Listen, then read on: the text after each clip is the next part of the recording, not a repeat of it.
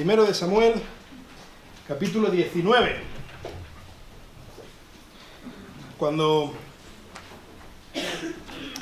era más joven, a veces veía una revista, supongo que alguno de vosotros sabréis cuál es, que se llama El Jueves. La revista que sale los miércoles, ¿no? Y no la veáis, es horrible, horrorosa, no la veáis, no quiero hacer apología de ella, ni mucho menos. Pero había una cosa que quiero hacer hoy, y es que al principio de cada revista dice, esta es nuestra portada, pero teníamos más. Entonces, esta es la portada, la corte de los horrores, pero simplemente para que veáis lo dramática de la situación donde nos estamos metiendo. Os voy a enseñar otras portadas que tenía. Eso no quería yo. Ponlo desde el principio, por favor. Es lo malo de tener la primera igual que la última, que no se da cuenta uno. Ahí está. Cuando las lanzas vuelan, era otra. ¿Veis que hay una foto mía aquí, saltando una lanza? ¿Qué reís? Que falta el pelo, ¿no? Vale. Esta es seria, ¿eh? Matar a David. En el punto de mira. Pero al final, mi mujer me ha obligado con quedarme con esta. Quizá era menos dramática o algo. Pero la cosa se está poniendo cruda. ¿Recordáis que Saúl, empezó amando a David? ¿Os acordáis?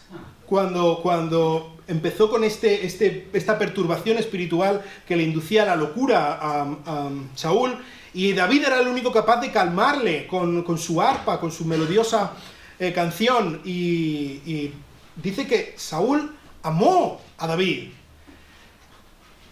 Y más aún, David fue el gran héroe de Israel, ¿verdad?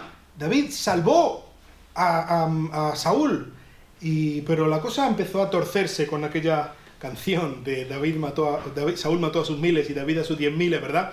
Y entonces llegó un momento en el que Saúl de repente cayó en la cuenta de que David es la persona de la que me ha hablado Samuel, que sería el que me robaría a mí el trono. Y entonces Saúl vio a David como la piedra en medio del camino que le impedía seguir gobernando como a él le diera la gana, absolutamente de espaldas a Dios. Y empezó a tener un objetivo en mente, como decíamos el domingo pasado. Hay que deshacernos de este hombre. Y él usó todos los recursos que tenía a su disposición. Usó al mismo David, usó su honor, usó su amor por Dios, usó el respeto que tenía el rey para ir en contra de él y que esto fuera su tumba. Usó a los filisteos, a los enemigos, para intentar matar a David. Usó incluso a sus propias hijas para matar a David. Pero ya llegó un momento en el que cuando él tramó la trampa definitiva, cuando le dijo que para dote para su hija Mical quería estos 100 prepucios de filisteos, y David llegó antes de tiempo, no con 100, con 200, en este momento dice en el versículo 29, temió Saúl aún más a David, y Saúl fue siempre enemigo de David. Así que esta escalada, intentar matar a David, para que realmente lo único que estaba ocurriendo es que Saúl estaba dándole cada vez más honor a David, y la gente cada vez amaba más a David. Cuanto más Saúl intentaba matar a David, esto fue lo que hizo que Saúl ya diera el paso definitivo, cruzó el Rubicón, y, como digo, la guerra entre los dos ungidos de Dios acababa de empezar, y aquí solo puede quedar uno. Vamos a leer el capítulo 19 del primer libro de Samuel. Dice: Saúl dijo a su hijo Jonatán y a todos sus siervos que dieran muerte a David. Pero Jonatán, hijo de Saúl, apreciaba grandemente a David.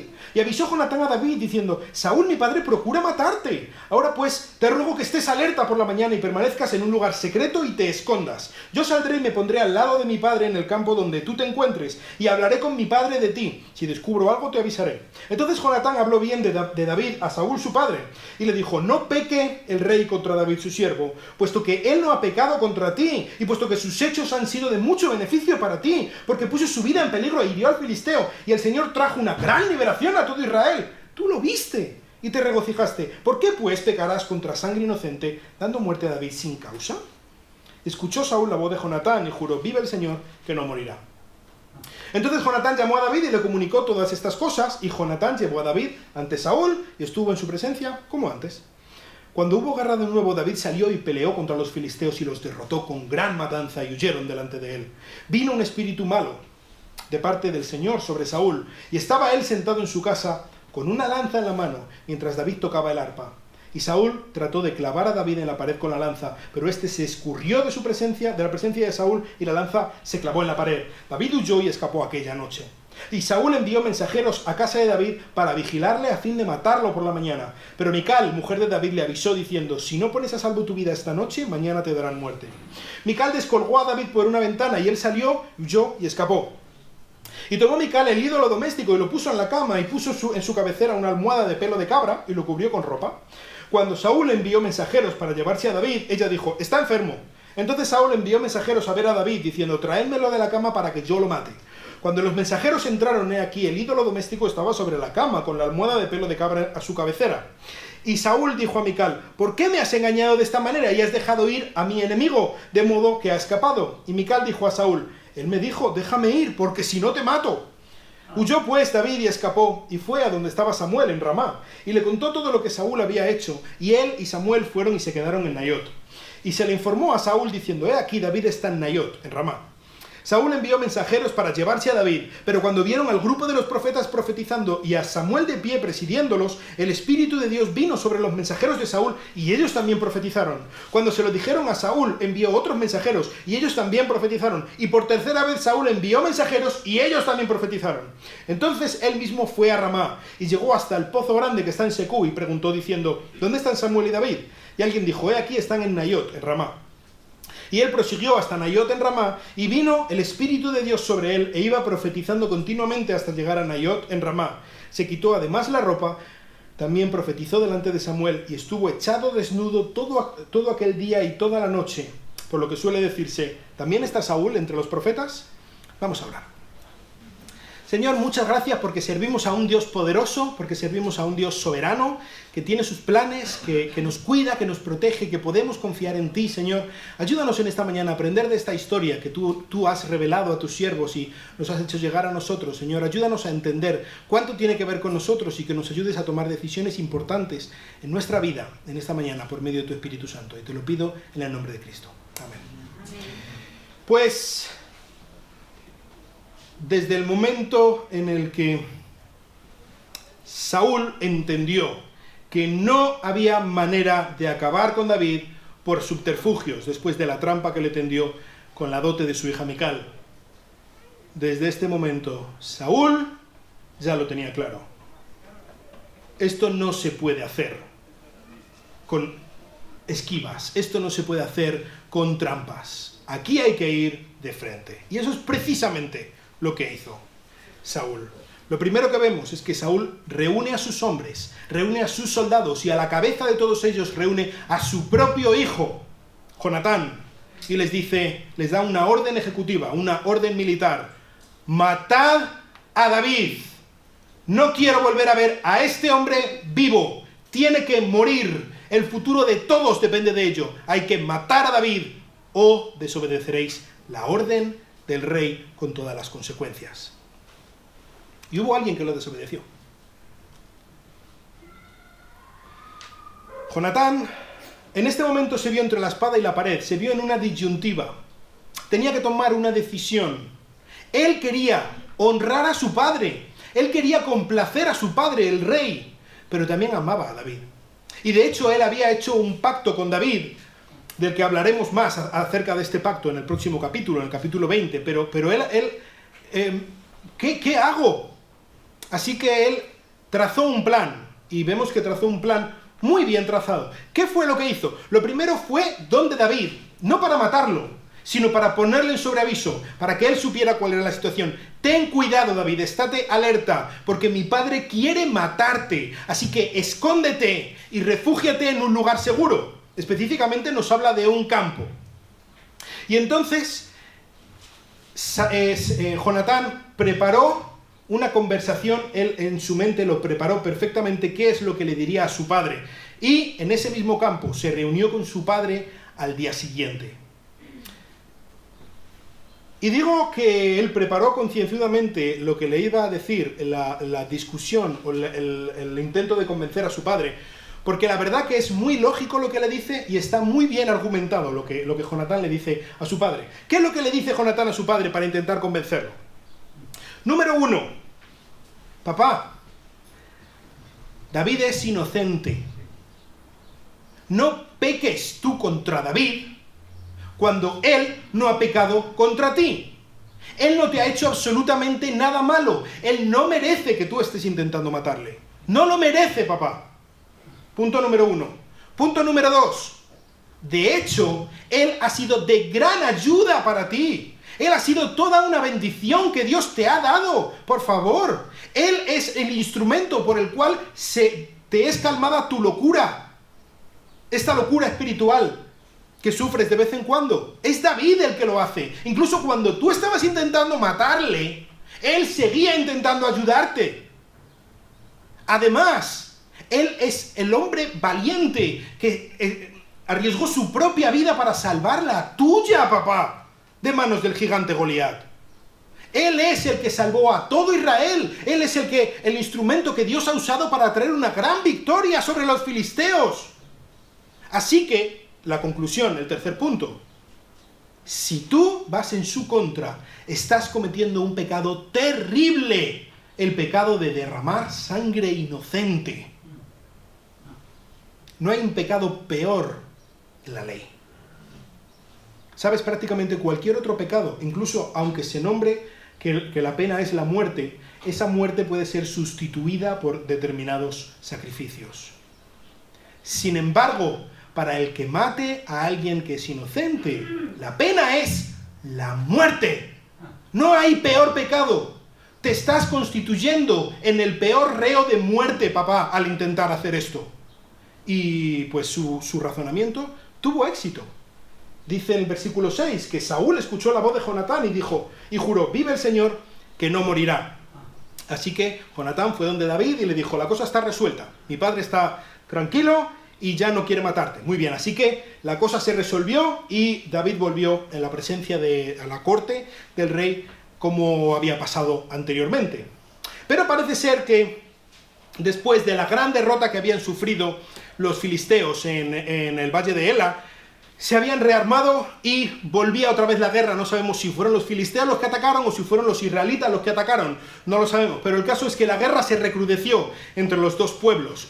Entonces, obviamente, Saúl echó mano de su mejor efectivo, el mejor guerrero que tenía, el líder indiscutible, David, y allá fue. Y al mando de las tropas de Israel, David infligió una derrota tremenda. Dice que fue grande la matanza y gran la liberación en aquel día. ¡Qué bien!, ¿no? ¡Qué maravilla! ¡Tenemos otra victoria! ¡Hemos derrotado a nuestros enemigos! ¡No! ¡Qué mal! Porque de nuevo se está poniendo en evidencia que hay alguien que está David como una piedra en el zapato, que está creciendo, la gente cada vez le ve más como el líder y no Saúl. ¿Por qué no fue Saúl el que infligió esta gran derrota a los filisteos? ¿Por qué no fue Saúl el que fue a la guerra en lugar de David? ¿Por qué? El caso es que fue David. El caso es que David seguía creciendo a ojos de la gente. Y en medio de este espíritu de ira y de miedo y de lo mismo que estaba ocurriendo antes, dice el versículo 9, que de nuevo el espíritu malo vino a Saúl. Cuando David regresó de la guerra, paradójicamente, es cuando empezó a estar en peligro. David no tenía ningún problema en estar en la batalla. A él no tenía ningún miedo ni le hacían nada los enemigos que tenían por delante. Realmente el peligro estaba cuando volvía a la corte y ahí hay un enemigo por detrás. Así que David intentó calmar al rey, como había hecho antes, con su arpa, en medio de la locura que tenía el rey. Y de nuevo nos encontramos con un déjà vu, ¿verdad? Algo que ya hemos visto antes. David con el arpa en su mano, en la casa del rey, y el rey con la lanza en la mano.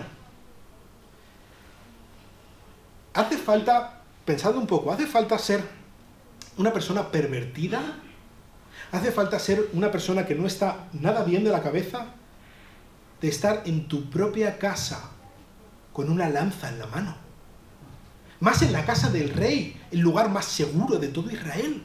¿Por qué tener una lanza en la mano? Desde luego no para hacer nada bueno, desde luego no para protegerse, y desde luego nada bueno hizo. Saúl le lanzó la lanza a David, y David tuvo los reflejos suficientes como para esquivarlos, y esta vez sí, David estaba en sobreaviso, él sabía la situación que había, y en este momento él no dejó que volviera a tirarle la lanza a Saúl. Él se escurrió y se fue a esconder a su propia casa. Allí, en la corte, allí, en la capital, en Gabaa, la ciudad del rey. Pero Saúl estaba en medio de su locura, Saúl estaba en medio de su paranoia, y mandó a unos sicarios para que fueran a la casa de David, para que vigilaran sus movimientos, para que supieran exactamente qué es lo que estaba haciendo David, porque la orden era, en cuanto llegue el alba, en cuanto sea por la mañana, traédmelo, le arrestáis, me lo traéis, que yo mismo lo voy a matar con mis propias manos. De alguna manera, su mujer Mical se dio cuenta de qué es lo que estaba ocurriendo, de los planes del rey. Así que, de nuevo, Mical se vio de la misma manera que su hermano Jonatán, en esta disyuntiva. Y Mical ideó un plan. En medio de este plan, lo primero que hizo fue avisar a David, que sepas que, de nuevo, mi padre te quiere matar. Así que hay unos hombres que están espiando la casa, que están controlando la casa, vigilándola. Pero hay una ventana que no está vigilada. No sabemos exactamente dónde estaba la ventana, estaba al resguardo de alguna cosa o lo que fuera, pero había una ventana que no estaba vigilada. Mical ayudó a David a descolgarse por la ventana. No sé si os suena esta historia, alguna otra, de unos hombres que se descuelgan por la ventana intentando que no les matara un rey malvado en Jericó, ¿verdad? Pues esto fue lo que ocurrió también, y David bajó por la ventana y salió de Gabaa, y huyó para huir, para no estar en este peligro por el que estaba vigilado por estos sicarios. Y entonces Mical cogió un ídolo doméstico, dice aquí en mi traducción. El original es un tefarim, y son diferentes tipos que puede referirse esta palabra de ídolos, de imágenes. Por ejemplo, esta misma palabra, simplemente para que veáis un poco qué es lo que tenía aquí en su casa, Mical. Esta misma palabra se usa otra vez en este libro, en el primer libro de Samuel. ¿Os acordáis cuando Samuel va donde Saúl y le dice: ¿qué es lo que has hecho, Saúl, desobedeciendo las órdenes de Dios? ¿Tú no sabes que la desobediencia es como el pecado de adivinación? Pues es esta misma palabra, el pecado de idolatría, en este caso, el tefarim, la que se usa. Entonces, estamos hablando de un ídolo, fijaos, un ídolo que tenía en su casa, Mical, la mujer de David. Ahora entendemos un poco más cuando Saúl decía que quería que Mical fuera por lazo a David, ¿verdad? Pero no un ídolo cualquiera, ¿eh? No es que tuviera allí una estatuilla de San Pancracio ahí con la moneda de 25 pesetas como hacíamos antes en el dedo. No, que es que era una pedazo de estatua del tamaño de David, que pasó por David, lo puso allí en la cama con un cacho de pelo de cabra para que hiciera por cabeza y lo tapó. Entonces, era una estatua enorme que tenía allí en su casa, en la misma casa de David. Así que cuando llegaron por la mañana los sicarios, fueron donde David, donde estaba, se supone que estaba David, y cuando iban a entrar a la habitación donde se suponía que estaba David, se les interpuso Mical y les dijo: no podéis entrar aquí. Claro, yo me imagino que si hubiera sido cualquier otra mujer, los hombres sencillamente, los sicarios, lo hubieran apartado y le hubieran dicho: quítate tú de aquí, mujer, que voy yo, tengo una orden del rey. Pero era la hija del rey, era de la misma familia real quien se había interpuesto allí. Así que les dijo: no podéis entrar porque David está enfermo. Fueron a decírselo al rey, obviamente no querían hacer daño ni contravenir a la familia real. Y entonces, cuando el rey se enteró de que David está enfermo, que está enfermo David, mira, me lo traéis ahora mismo, en la cama, cogéis la cama a hombros y me la traéis aquí, que yo mismo lo voy a matar con mi espada. Así que allá que fueron los sicarios, cuando llegaron, cuando finalmente Mical los dejó, descubrieron lo que había allí en la cama, y en la cama había una estatua. En la cama no estaba el que se suponía que iba a morir dentro de poco, sino que estaba el que nunca había estado vivo, un ídolo, ¿verdad? Y a quien llevaron delante del rey no fue a David, obviamente David había huido. A quien llevaron delante del rey fue a Mical. Y el rey fue donde Mical, después de que ella había facilitado o hecho que David huyera. Y le dijo, ¿pero qué has hecho, Mical? ¿Tú sabes que has ido en contra de los intereses de la nación? ¿Tú sabes que estás ayudando al enemigo? Pues Mical en este momento dijo algo que, bueno, a ella le vino bien esto que ella dijo. Ella dijo, no, yo no he sido. David me ha obligado. De hecho, me ha amenazado de muerte. Si yo no le ayudaba a huir, él me mataría. Para Mical le salvó esta mentira, ¿verdad? ¿Por qué? Porque David no estaba allí para defenderse, no había ningún testigo. Entonces, Mical de repente se había quitado toda la responsabilidad de lo que había hecho. Pero eso también le vino muy bien al rey, a Saúl. ¿Por qué? Porque de repente y por primera vez, Saúl tenía un cargo real contra David. David ha amenazado de muerte a mi hija. Ya no es el buen hombre, ya no es el salvador, ya no es el pastorcillo del arpa que nos ayuda y que es tan bueno, no. Es el que quiere matar a mi hija. Cuidado, ¿eh? Y David huyó. Dice el versículo 18, David huyó y escapó y fue donde estaba Samuel en Ramá. Samuel vivía en Ramá. Y recordáis que decíamos que Gabaa, de donde era Saúl, a Ramá, donde era Samuel, está muy cerca, está a apenas 5 kilómetros un sitio del otro. En un rato se van dando. Entonces, pero allí fue donde acudió David. ¿Por qué acudió allí, a Ramá, David? ¿Por qué no fue, por ejemplo, a Belén? Con su padre, con sus hermanos. Pues yo creo que una de las pocas personas que podrían entender realmente la situación de David era Samuel. Samuel conocía a Saúl. Samuel se lamentaba por Saúl. Saúl era el gran tormento para Samuel. Samuel sabía de qué era capaz Saúl. Samuel sabía que sí, David está en un gran peligro ahora mismo. En el momento en el que le agarren el pescuezo a Saúl, adiós David. Se lo va a cargar, no va a tener ninguna contemplación. Así es Saúl. Pero además, Samuel era la única persona probablemente en todo Israel que podía darle un buen consejo espiritual a David. Un sitio en el que poder refugiarse, en el que poder aclarar la mente y poner las cosas bien sobre su sitio, poder enfocar correctamente la situación. Ese era Samuel. Samuel era la persona indicada donde David acudió y David lo hizo muy bien al hacerlo así.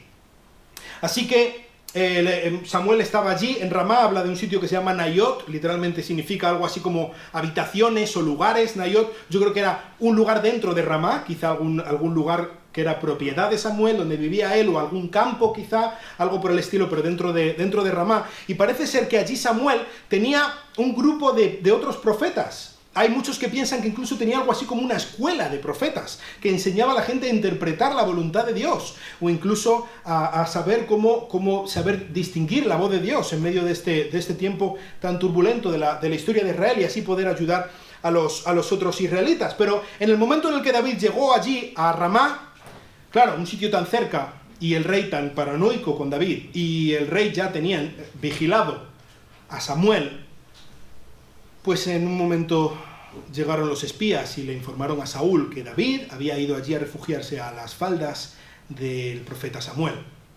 Y dijo Saúl, pues vamos a enviar a los sicarios. Ahora sí, a acabar con David de una vez por todas. Y me da igual que esté Samuel delante, me da igual quién esté delante, pero yo voy a acabar con David. Y si está allí donde Samuel, pues allí será su tumba. Así que allí envió los sicarios. Y cuando los sicarios llegaron, dieron con Samuel, no dieron con David. No sabemos dónde estaba David, quizás estaba escondido en algún otro sitio o lo que fuera, pero parece ser que Samuel estaba presidiendo una reunión de estos profetas, y estaban allí profetizando estos profetas, y en el momento en el que llegaron allí al lugar donde estaban, dice que los mismos sicarios, los mensajeros que envió Saúl, empezaron a profetizar. ¿De qué se trata esta profecía que empezaron a decir ellos? No lo sé. Parece ser que de alguna manera Dios se apoderó de sus voluntades y ellos dejaron de intentar hacer el mal que estaban intentando hacer y empezaron a hacer algo bueno, que es transmitir la palabra de Dios a otras personas. No sé exactamente cómo funcionó, no sé cómo se verían, no sé qué es lo que ocurrió, pero el caso es que Dios actuó de una manera milagrosa, de una manera soberana, torció los planes malvados de estos hombres que habían sido ordenados por Saúl y dejaron de intentar matar a David. Estaban allí con el grupo de los profetas. Y en el momento en el que Saúl se enteró, pero ¿qué está pasando aquí? Pero que envío yo sicarios y en lugar de matar a David se unen a Samuel, así que envía a otro grupo de sicarios. Y cuando llega el otro grupo de sicarios pasa exactamente lo mismo. Se ponen a profetizar, se unen al grupo de los profetas. Pero ¿qué está pasando? Envía a otro grupo y pasa exactamente lo mismo, pero que tengo que enviar a todo mi ejército y todo mi ejército se va a unir a Samuel allí a profetizar. ¿Pero qué está pasando? Y entonces lo que dijo Saúl fue, si hay algo que quieras hacer, hazlo tú. Y fue él mismo, y acudió allí él mismo, al mismo sitio donde había acudido ya años antes, muchos años antes, a Ramá, a ver a Samuel. Y cuando preguntó por dónde estaba, David y Samuel le enviaron, le dijeron que estaba en Nayot, según estaba por el camino, según estaba Saúl, por el camino a matar a David, a Nayot, ya empezó a profetizar. Las otras personas, los otros sicarios, empezaron a profetizar al llegar allí donde estaba Samuel. De alguna manera, Saúl empezó antes de llegar, y ya por el camino, cuando llegó allí donde estaba Samuel, ya había perdido completamente el uso de sí mismo. El espíritu, yo creo, el mismo espíritu que descendió sobre él unos años antes, en ese mismo lugar, ahora, de alguna manera, se estaba burlando de él, estaba frenándole los pies a Saúl. Comenzó a profetizar. Cuando llegó allí, no solamente había perdido el uso de su razón, sino que se desnudó.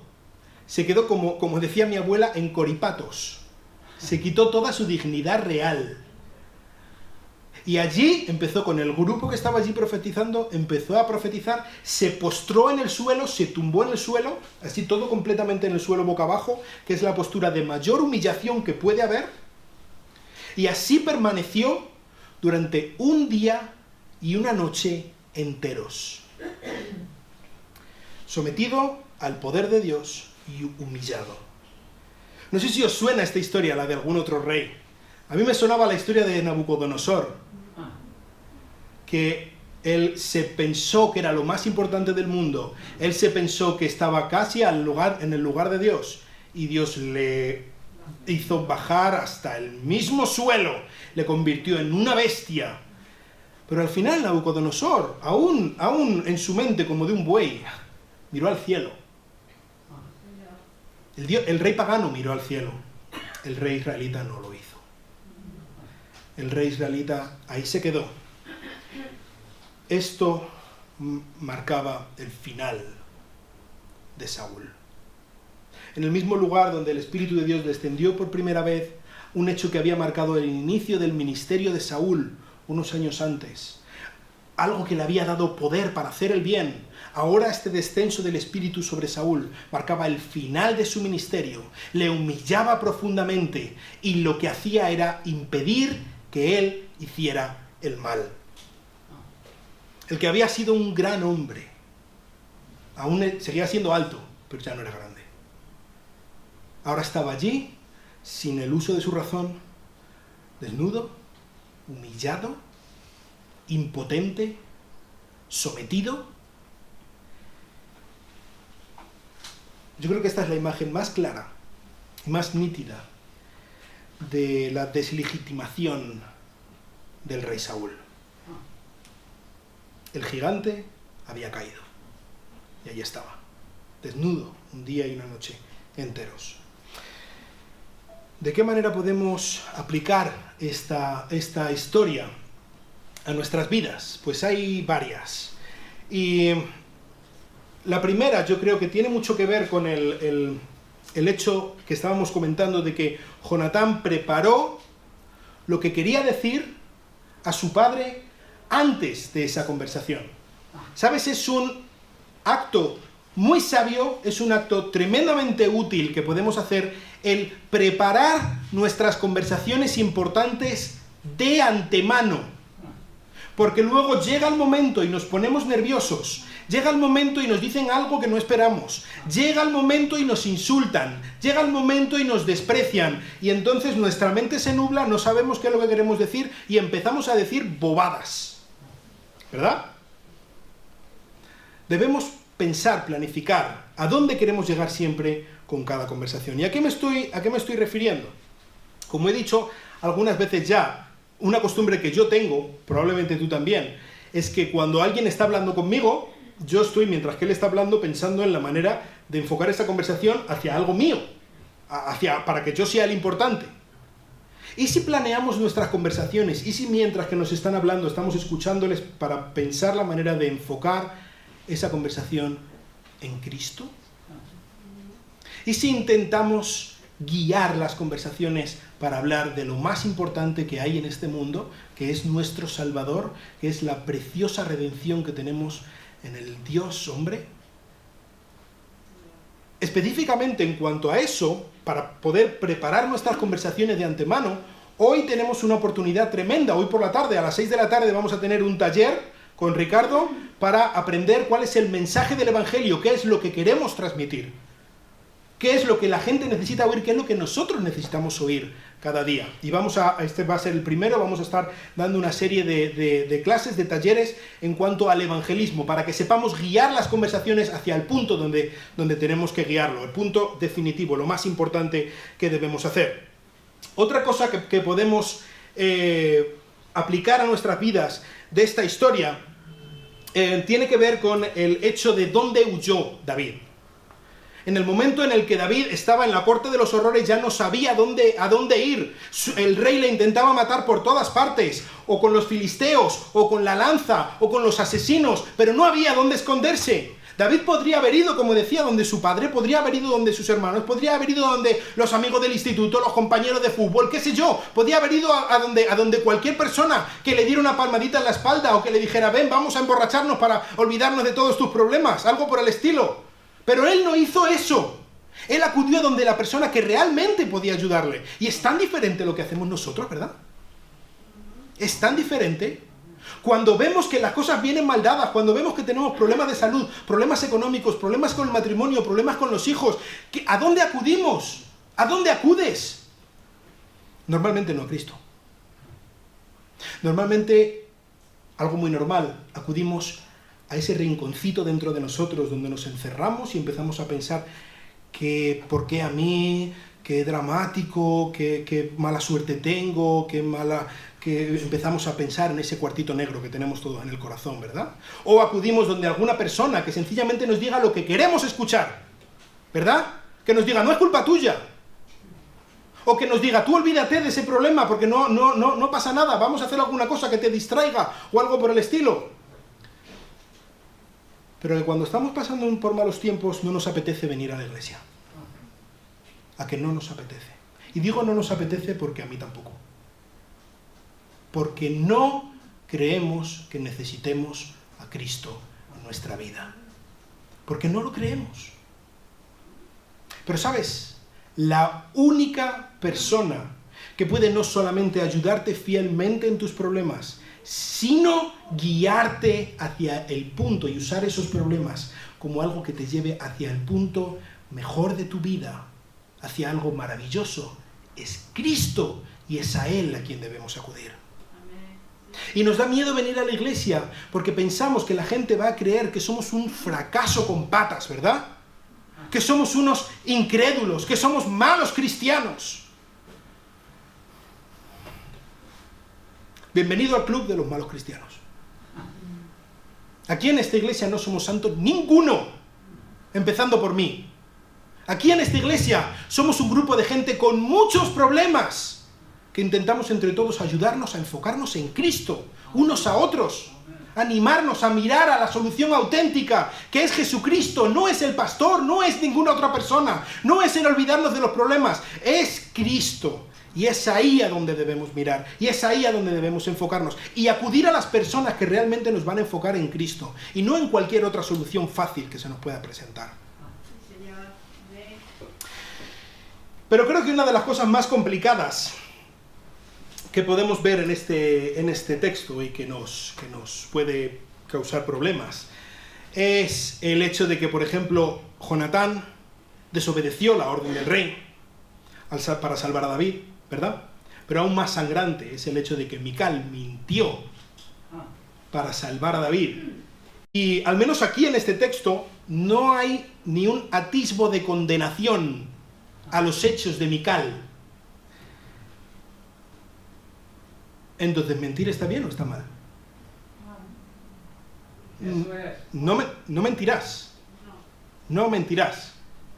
Ahora, si pensamos, por ejemplo, en el caso de las parteras en Egipto, que mintieron a Faraón diciéndole, es que cuando llegamos para ayudar a las israelitas para dar a luz, ya han nacido los niños. Entonces no nos da tiempo a darlos un cogotón y matarlos según nace. ¿Hicieron mal o hicieron bien? Cuando pensamos en la gente que escondió judíos para que escaparan de los nazis el siglo pasado, y estaban mintiendo. El caso más famoso de Corrie ten Boom, ¿verdad? En los Países Bajos. ¿Hicieron bien o hicieron mal? Ay, ay, ay, ¿dónde nos estamos metiendo?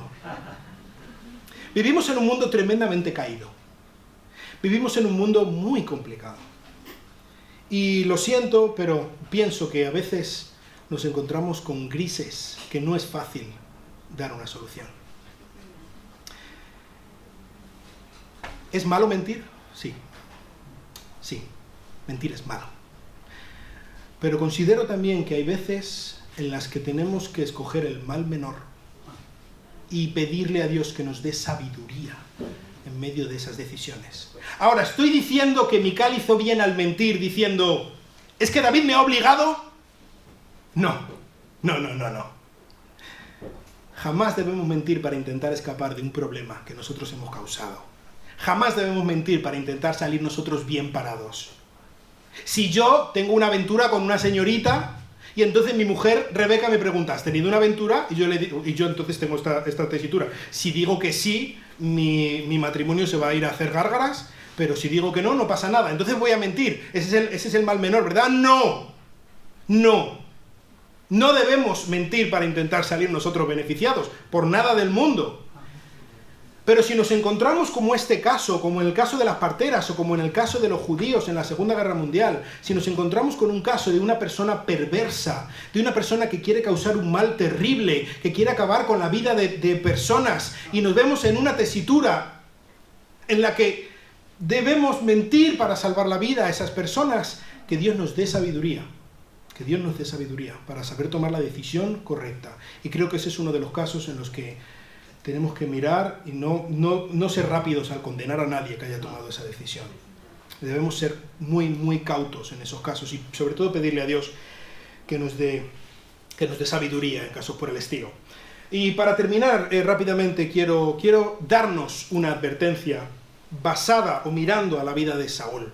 Saúl, que en ese mismo lugar había recibido el Espíritu y que en ese mismo lugar volvió a recibir el Espíritu. La primera vez para darle poder, la segunda vez para quitárselo. La primera vez le dio poder para llevar a cabo la voluntad de Dios, la segunda vez le quitó el poder para que no fuera en contra de la voluntad de Dios. El mismo Espíritu que le dio fuerza a David para matar a Goliat, se la quitó a Saúl para que no matara a David. El Espíritu en este sentido, y lo vemos que es un arma de doble filo. Saúl se había beneficiado de ese poder, pero ahora Saúl era un rebelde en contra de Dios.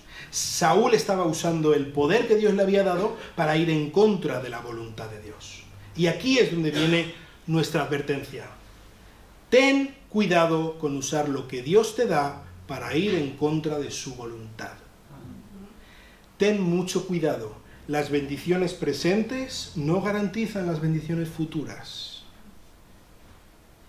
Y si tú y yo hemos confiado en Cristo y Él nos ha dado tanto, y Él nos ha dado la libertad, y Él nos ha dado la seguridad de la salvación, Él nos ha dado una vida eterna en Cristo, Él nos ha hecho hijos del Rey, Él nos ha dado tantísimas cosas. Nosotros, si ahora venimos, intentamos usar eso para ir en contra de Dios, para llevar a cabo, para hacer lo que nosotros queramos. Porque como Dios me ha perdonado, yo puedo hacer lo que me dé la real gana.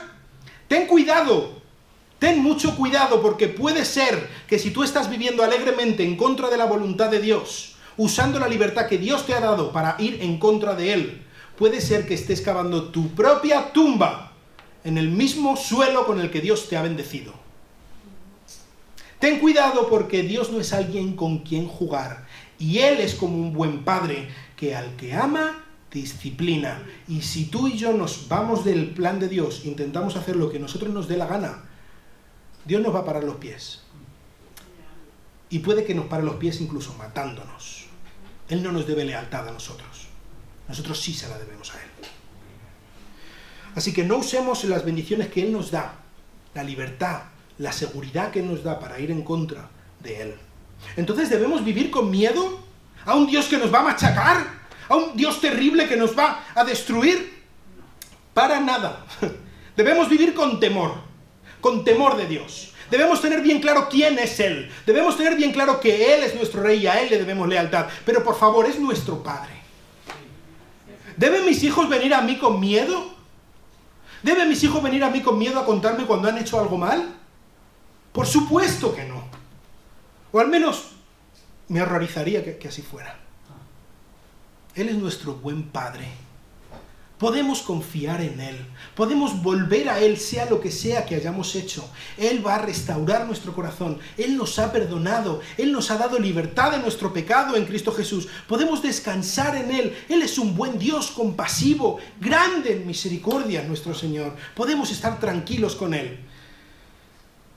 Pero ni se nos ocurra tomarle por tonto, porque no tiene un pelo de tonto, y al final a todo el mundo va a traer a cuentas. Y específicamente te quiero hablar a ti, si tú estás aquí y nunca has confiado personalmente en Cristo como tu Salvador. Él se presenta hoy delante de ti como tu Salvador, pero si tú le rechazas, Él volverá un día como tu juez, y no va a tener misericordia en ese momento. El tiempo de la misericordia es hoy. Ten cuidado. Acude a Cristo, porque Él es el Salvador hoy. Quizá mañana ya sea tarde. Vamos a orar. Señor, te quiero dar muchas gracias por nuestro precioso Salvador, por nuestro gran Rey, nuestro ejemplo, nuestro líder, nuestro campeón, Jesucristo.